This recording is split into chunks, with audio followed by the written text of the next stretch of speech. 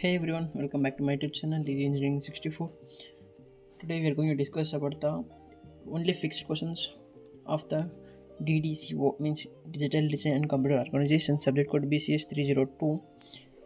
In this video mainly we are going to discuss only accurate questions which are going to come on your exams. ನೀವು follow ಮಾಡಿದ್ರೆ just ಸಾಕಿದೆ 90+ marks ಆರಾಮಾಗಿ score ಮಾಡ್ಬೋದು ನೀವೆಲ್ಲ follow ಮಾಡಿದೆ. ಮತ್ತು ಇನ್ನೊಂದು ಕಂಪ್ಲೀಟಾಗಿ ಆಡಿಯೋನ ವಾಚ್ ಮಾಡಿ ಆಯಿತಾ, ವಿಡಿಯೋನ ಅಂತ ಹೇಳ್ತಾ ಇನ್ನೊಂದು ವೀಡಿಯೋಗೆ ಹೋಗಿನ ಮುಂಚೆ ನಾನು ಸ್ವಲ್ಪ ಹೇಳಿಬಿಡ್ತೀನಿ, ಟ್ರೈ ಮಾಡಿ. ಇವತ್ತು 27 ಅಲ್ಲ ಡೇಟು. ಸೊ 27 ಇವತ್ತು DDC ಒಂದು 2 ಮಾಡ್ಯೂಲ್ ಮುಗಿಸ್ಬಿಟ್ರೆ ಓದೋಕ್ಕೆ ನಿಮ್ಮ ಎಕ್ಸಾಮ್ ಹಿಂದಗಡೆ ಒಂದು ದಿವಸ ಒಂದು ಮಾಡ್ಯೂಲ್ ಓದಿದ್ರೆ 2 ಮಾಡ್ಯೂಲ್ಸ್ ಹೋದರೆ ಅವಾಗ ಸಾಕಾಗುತ್ತೆ. ಸೊ ಮ್ಯಾಥಮೆಟಿಕ್ಸ್ಗೆ 31 ಓದ್ಬಿಟ್ರೆ ಸಾಕು, ಅದು ಮೋರ್ ದೆನ್ ಎನಫ್.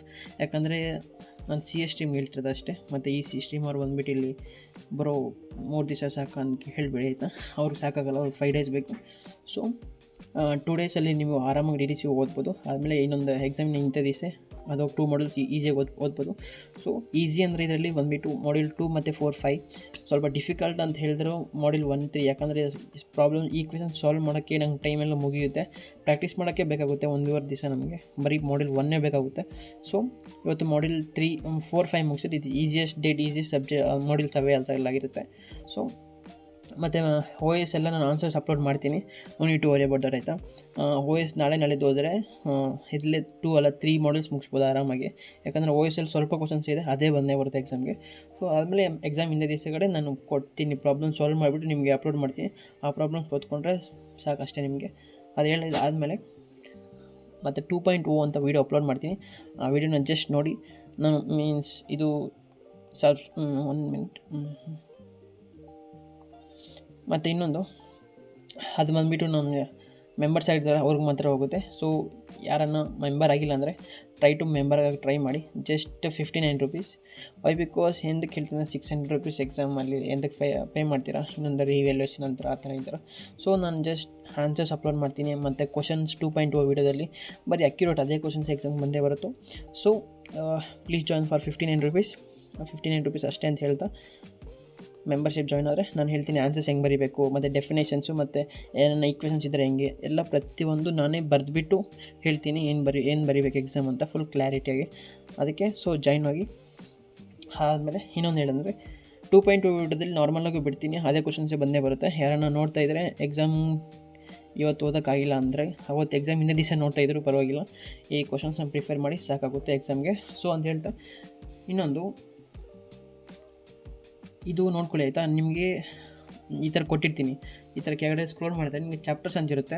ಈ ಥರ ಟೈಮ್ ಲೈನ್ ಕೊಟ್ಟಿದ್ದೀನಿ, ನಿಮ್ಗೆ ಯಾವ ಚಾಪ್ಟರ್ಸ್ ಬೇಕಾದರೆ ಯಾವ ಮಾಡ್ಯೂಲ್ ಬೇಕಾದರೆ ಹಿಂಗೆ ಕ್ಲಿಕ್ ಮಾಡ್ಕೊಂಡು ಆರಾಮಾಗಿ ಹೋಗ್ತೀರಿ. ಯಾಕಂದರೆ PDF ನನಗೆ ಶೇರ್ ಮಾಡೋಕ್ಕೆ ಬರೋಲ್ಲ. ಸೊ ನೀವೇ ಮಾಡ್ಕೊಳ್ಳಿ ಆಯಿತಾ. ಮತ್ತು ಯಾರನ್ನ ಇನ್ಸ್ಟಾಗ್ರಾಮ್ ಚಾನಲ್ಲಿ ಯಾರನ್ನ ಅಲ್ಲೇ ಎಲ್ಲ ಈ ನೋಟ್ಸ್ ಎಲ್ಲ ಕೊಡ್ತಾ ಇರ್ತೀನಿ. And also questions which are given to you. ಈ ಕ್ವಶನ್ಸ್ ಎಲ್ಲ ಅಲ್ಲೇ ಒಂದು PDF ಅಲ್ಲಿ ಹಾಕ್ಕೊಡ್ತಾ ಇರ್ತೀನಿ. ಸೊ ಅಲ್ಲಿ ಜಾಯ್ನ್ ಆಗಿ ಟ್ರೈ ಮಾಡಿ ಆಯಿತಾ. ವೀಡಿಯೋಗೆ ಹೋಗೋಣ ಮುಂಚೆ ಏನೋ ಸಬ್ಸ್ಕ್ರೈಬ್ ಮಾಡಿ. ಮತ್ತು ನನಗೆ ವೀಡಿಯೋ ಮಾಡೋಕ್ಕೆ ಜಾಸ್ತಿ ಟೈಮ್ ಆಗುತ್ತೆ, ಅಟ್ಲೀಸ್ಟ್ ಒಂದು 3 to 4 hours ಬೇಕಾಗುತ್ತೆ PPT ಎವ್ರಿಥಿಂಗ್ ಮಾಡೋಕ್ಕೆ. ಸೊ ಲೈಕ್ ಒಂದು ಸಬ್ಸ್ಕ್ರೈಬ್ ಕೊಡಿ, ಅಷ್ಟೇ ಸಾಕಾಗುತ್ತೆ ನನಗೆ. ಮಾಡ್ಯೂಲ್ 1 ಹೋಗೋಣ. Module 1 demonstrate the positive and negative using the NAND gates, ಮತ್ತು demonstrate necessity and NOR gate. ಇದು ಕ್ವಶನ್ಸ್ ಓದಕ್ಕೆ ಹೋಗಬೇಡಿ. ಯಾರ್ಯಾರು 90+ 100 ಸ್ಕೋರ್ ಮಾಡಬೇಕು ಅಂದ್ಕೊಂಡವರೆಲ್ಲ ಈ ವಿಡಿಯೋ ಸಾಕು ಅವ್ರಿಗೆ. ಇದು ಬೇಕು ಅನ್ನೋರು ಇದು ಒಂದು ಓದಿರಿ ಆಯಿತಾ. ಮತ್ತು ಇನ್ನೊಂದು ಒಂದೇ ಹೇಳ್ತೀನಿ, ಇವಾಗ ಪಾರ್ಟ್ A ಅಂತಿರುತ್ತೆ, ಪಾರ್ಟ್ A, ಪಾರ್ಟ್ B ಅಂತಿರುತ್ತೆ.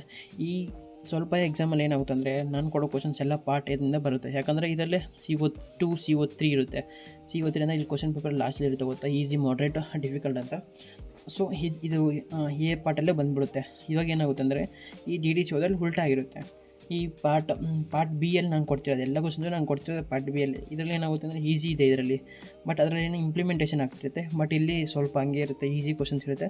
ಸೊ ಈ ಪಾರ್ಟ್ B ಆಗಿರೋದ್ರಿಂದ ನೀವು ಎಕ್ಸಾಮಲ್ಲಿ 1 or 2 ಇರುತ್ತಲ್ಲ ಮಾಡ್ಯೂಲಲ್ಲಿ, ಸೆಕೆಂಡ್ ಮಾಡ್ಯೂಲ್ ಟ್ರೈ ಮಾಡಿ, ಇಲ್ಲಾಂದರೆ ಮಾಡ್ಯೂಲ್ 1ಅಲ್ಲಿ ಇದು ಇವಾಗ ಅವರು ಸ್ವ್ಯಾಪ್ ಮಾಡ್ತಾ ಇರ್ತೀರ, ಒಂದೊಂದು ನೋಡ್ಕೋಬೇಕಾಗುತ್ತೆ ಇದು. ಮತ್ತು with an example explain the working of a test branch of medical. ಈ ಕ್ವಶನ್ಸ್ ಓದಿದ್ರೆ ಒಂದು ಕ್ವಶನ್ಸು ಬಂದೇ ಬರುತ್ತೆ ಎಕ್ಸಾಮ್ಗೆ. 7 series ಆಯಿತಾ, 7 ಮಾರ್ಕ್ಸು, 7 series ಆಗುತ್ತೆ, 7 ಮಾರ್ಕ್ಸ್ ಬಂದೇ ಬರುತ್ತೆ. ಈ ಕ್ವಶನ್ಸ್ ಔಟ್ ಆಫ್ ಔಟ್ ಬೇಕಾಗಿರೋರು ಈ ಕ್ವಶನ್ಸ್ ಓದಿ. ಮತ್ತು ಇನ್ನೊಂದು ಏನಂದರೆ ಇದು 50%, ಇದು 50%. ಯಾಕಂದರೆ ಪ್ರತಿ ಬೇರೆ ಬೇರೆ ಮಾಡಲಲ್ಲಿ 10 ಸೀರೀಸಾಗಿ ಕೊಟ್ಟಿದ್ದಾರೆ. ಸೊ ವೈ ಬಿಕಾಸ್ ನಾನು ಎಂತಕ್ಕೆ ಈ ಮಾಡ್ಯೂಲ್ನ ಹೇಳ್ತಿದ್ದೆ ಅಂದರೆ ಮಾಡ್ಯೂಲ್ 1ನಲ್ಲಿ ಬೇಸಿಕಲಿ ಅವ್ರು ಏನಾಗುತ್ತೆ ಅಂದರೆ ಈ ಕೊಟ್ಟರೆ ಈ ಕ್ವಶನ್ಸ್ ಕೊಡ್ತಾರೆ ಒಂದು ಕ್ವಶನಲ್ಲಿ, ಇಲ್ಲಾಂದರೆ ಪಾರ್ಟ್ ಬಿ ಅಲ್ಲಿ ಈ ಕ್ವಶನ್ಸ್ ಕೊಟ್ಬಿಡ್ತಾರೆ. ಸೊ ಎಲ್ಲ ಓದೋಕ್ಕೆ ಟ್ರೈ ಮಾಡಿ. ಯಾರನ್ನು ಜಸ್ಟ್ ಪಾಸ್ ಆಗೋಕ್ಕೆ ನೋಡ್ತಿರೋರು please don't watch this video. ಯಾಕಂದರೆ ನಾನು 2.0 ವೀಡಿಯೋ ಅಪ್ಲೋಡ್ ಮಾಡ್ತೀನಲ್ಲ ಅದೇ ಸಾಕು ನಿಮಗೆ. ಇದರಲ್ಲಿ ಜಾಸ್ತಿ ಕ್ವಶನ್ಸ್ ಇರ್ತವೆ, ಬಟ್ ಅದರಲ್ಲಿ ಎಲ್ಲ ಫುಲ್ ಡಿಕೋಡ್ ಮಾಡ್ತೀನಿ ಎಲ್ಲ ಕ್ವಶನ್ಸ್ನ. ಸ್ವಲ್ಪ ಕ್ವಶನ್ಸ್ ಮಾತ್ರ ಅಪ್ಲೋಡ್ ಮಾಡ್ತೀನಿ ಅದರಲ್ಲಿ. ಅದನ್ನು ಸಬ್ಸ್ಕ್ರೈಬ್ ಮಾಡ್ಕೊಳ್ಳಿ, ಸಬ್ಸ್ಕ್ರಿಪ್ಷನ್ ತೊಗೊಳ್ಳಿ ಅಂತ ಹೇಳ್ತಾ ಮಾಡ್ಯೂಲ್ 2 ಇದರ 2 ಪಾರ್ಟ್ ಬಿಗೆ ಹೋಗೋಣ. ಪಾರ್ಟ್ ಬಿ ಅಂದರೆ ಸಿ, ನಿಮಗೆ ಎಲ್ಲರಿಗೂ ಗೊತ್ತಿರೋದೆ.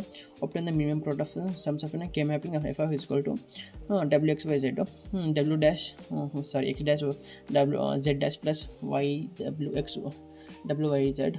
ಇದು ಈಸಿ ಕ್ವಶನ್ ಆಗಿರುತ್ತೆ. ಮತ್ತು ಇದು ಇದು ಈಕ್ವೇಷನ್ಸ್ ಎಲ್ಲ ಕ್ವಶನ್ಸ್ ಅಂದ್ಕೊಳ್ಳಿ, ಬಟ್ ಇದರ ನಾನು ಸುಮ್ಮನೆ ಎಲ್ಲ ಹಾಕ್ಕೊಟ್ಟಿದ್ದೀನಿ ಟೈಮ್ ವೇಸ್ಟ್ ಆಗಬಾರ್ದು ಅಂತ.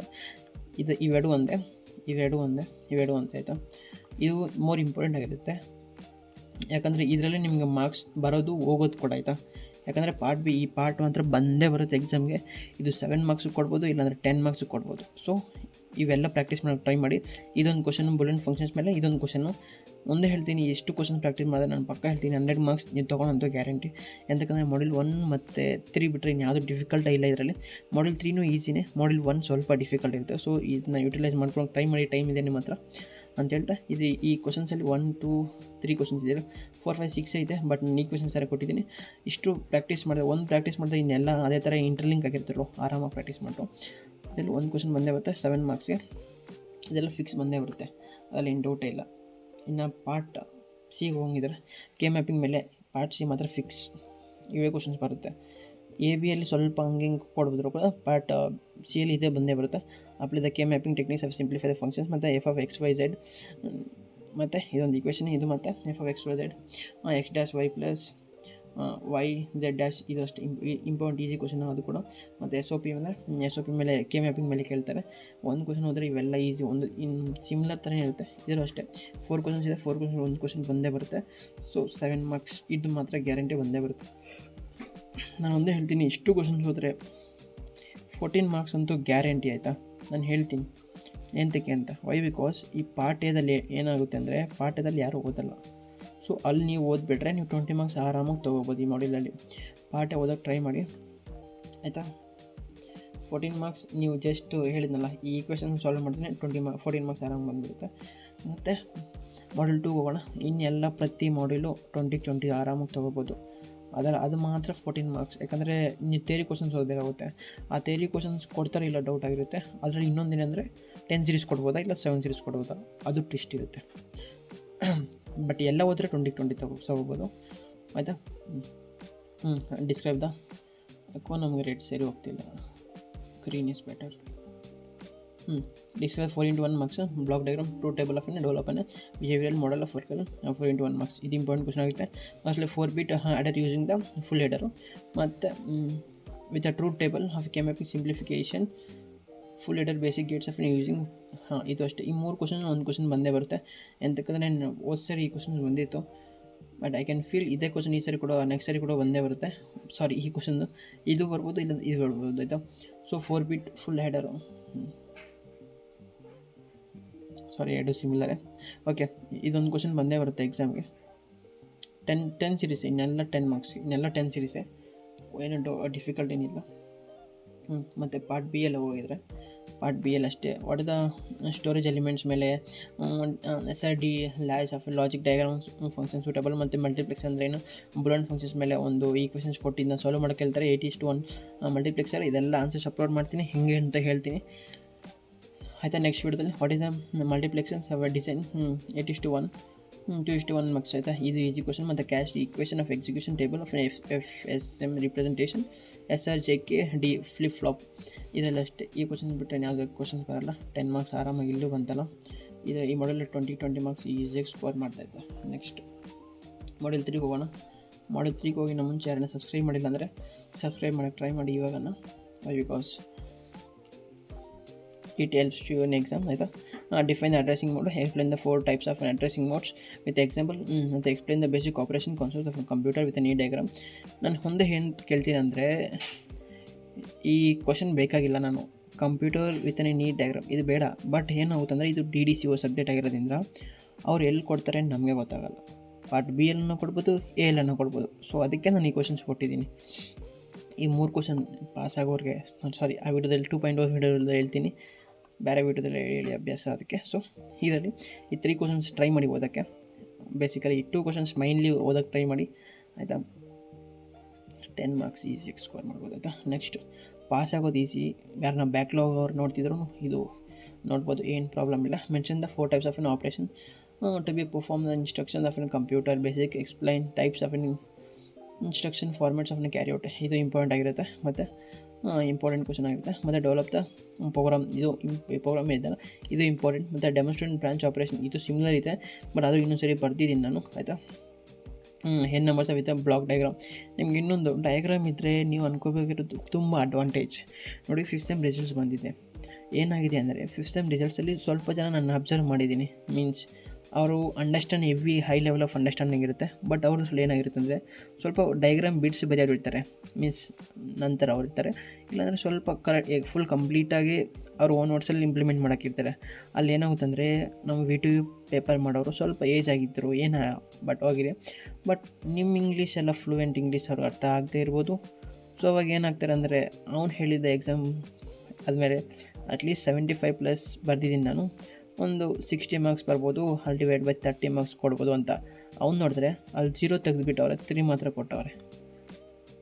So diagrams are more important ಅಂತ ಹೇಳ್ತಾ, ಮತ್ತು ಎಲಿಸ್ಟ್ರೇಟ್ ಇಂಡೆಕ್ಸ್ ಅಡ್ರೆಸಿಂಗ್ ಮೋಡ್ ಮತ್ತು assembly language program and sum of test 1 test 2 and test 3 score of N number of students ಆಯಿತಾ. ಇದು ಈಸಿ ಕ್ವಶನ್ನೇ. ಮತ್ತು ಎಕ್ಸ್ಪ್ಲೈನ್ ದ ಫಾಲೋಯಿಂಗ್, ಇದು ಎಂತಕ್ಕೆ ಸ್ಟಾರ್ ಹಾಕಿದ್ದೀನಿ ಅಂದರೆ 4 ಅಂತ ಬರೀಬೋದು, ಬಟ್ ಬರ್ದಿಲ್ಲ. ಮತ್ತು ಇಲ್ಲಿ ಕೀವರ್ಡ್ಸಲ್ಲಿ ಇರಲ್ಲ. ಬೈಟ್ ಅಡ್ರೆಸ್ಸಿಂಗು ಬಿಗ್ ಹೆಡನ್ ಅಸೈನ್ಮೆಂಟ್ ಅನ್ಸುತ್ತೆ ಅದು. ಸೊ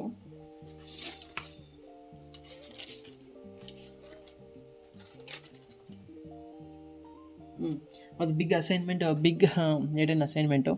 ಸಾರಿ, ಇದು ಸ್ಪೆಲ್ಲಿಂಗ್ ಮಿಸ್ಟೇಕ್ ಆಗಿದೆ. ಅಸೈನ್ಮೆಂಟು ಆಯಿತಾ.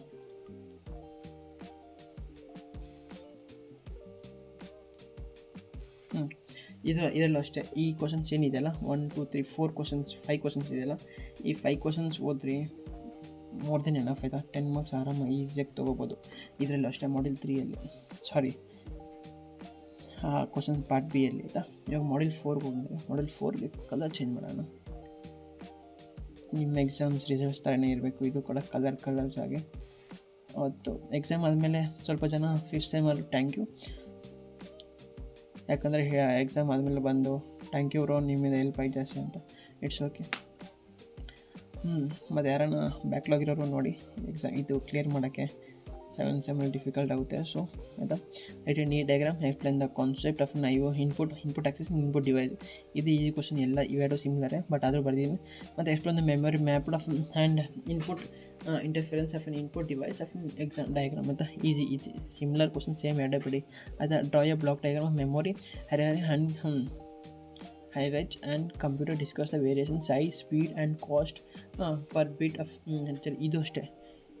ಇದರಲ್ಲಿ ಇದು ಮತ್ತು ಇದು ಮೈನ್ ರೋಲ್ ಪ್ಲೇ ಮಾಡುತ್ತೆ ಈ ಮಾಡ್ಯೂಲಲ್ಲಿ ಆಯಿತಾ. ಮೀನ್ಸ್ ಬ್ಯಾಕ್ ಬೋನ್ ಅಂದ್ಕೊಳ್ಳಿ ಆಯಿತಾ. ಆ ಥರ 10 ಮಾರ್ಕ್ಸ್ ಈ ಮಾಡ್ಯೂಲಲ್ಲಿ ಬಂದೇ ಬಿಡುತ್ತಲ್ಲ. ಈ 2 ಕ್ವಶನ್ಸ್ ಹೋದರೆ ಬಂದುಬಿಡುತ್ತೆ. ಇದು ಏನು ಜಸ್ಟ್ ಕಿಬ್ರು ಔಟ್ ಆಫ್ ತೊಗೊಬೇಕು ಅನ್ನೋರು ಈ ಮೂರು ಕ್ವಶನ್ಸ್ನ ಟ್ರೈ ಮಾಡಿ ಓದೋಕ್ಕೆ ಆಯಿತಾ. ನೆಕ್ಸ್ಟ್ ಇನ್ನು ಪಾರ್ಟ್ ಬಿ ಅಂತೀರ. ಪಾರ್ಟ್ ಬಿಯಲ್ಲಿ ನಾನು ಯಾವುದು ಓದ್ಬೇಡ್ರು, ಇದೊಂದು ಕ್ವಶನ್ ಆದರೆ ಬಸ್ ಅಟ್ರಿಬ್ಯೂಷನ್ ಅಂದರೆ ಇದೇ ಕ್ವಶನ್ನೇ ಬಂದೇ ಬರುತ್ತೆ ಎಕ್ಸಾಮ್ಗೆ ಆಯಿತಾ.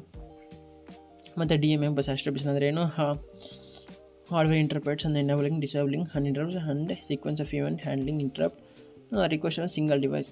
ಈ 3 ಕ್ವಶನ್ ಓದಿ ಆಯಿತಾ. ಬಟ್ ಪರವಾಗಿಲ್ಲ, ಟೈಮ್ ಇದೆ ನಮಗೆ. ಪರ್ ಡೇಗೂ 2 ಮಾಡಲ್ ಮುಗಿಸ್ಬೋದು ಆರಾಮಾಗಿ. 3 ಮತ್ತು 4 ಮತ್ತು 5 ಟ್ರೈ ಮಾಡಿ ಮುಗಿಸೋಕ್ಕೆ 10 ಮಾರ್ಕ್ಸ್ ಇಲ್ಲೇ ಬಂತಲ್ಲ. ಈ ಮಾಡ್ಯೂಲಲ್ಲಿ 20 ಔಟ್ ಆಫ್ 20 ಈಸಿಯಾಗಿ ಸ್ಕೋರ್ ಆಯ್ತಲ್ಲ. ನೆಕ್ಸ್ಟು Module 5 ಕಲರ್ ಚೇಂಜ್ ಮಾಡೋಣ, red colour. Module 5 with a neat diagram explain the single bus organization of the data path inside a processor. ಮತ್ತು ಇದು ಇಂಪಾರ್ಟೆಂಟ್ ಕ್ವಶನ್, ಇದು ನಿಜ ಜಾಸ್ತಿ ಇಂಪಾರ್ಟೆಂಟ್ ಕ್ವಶನ್ ಆಯಿತು.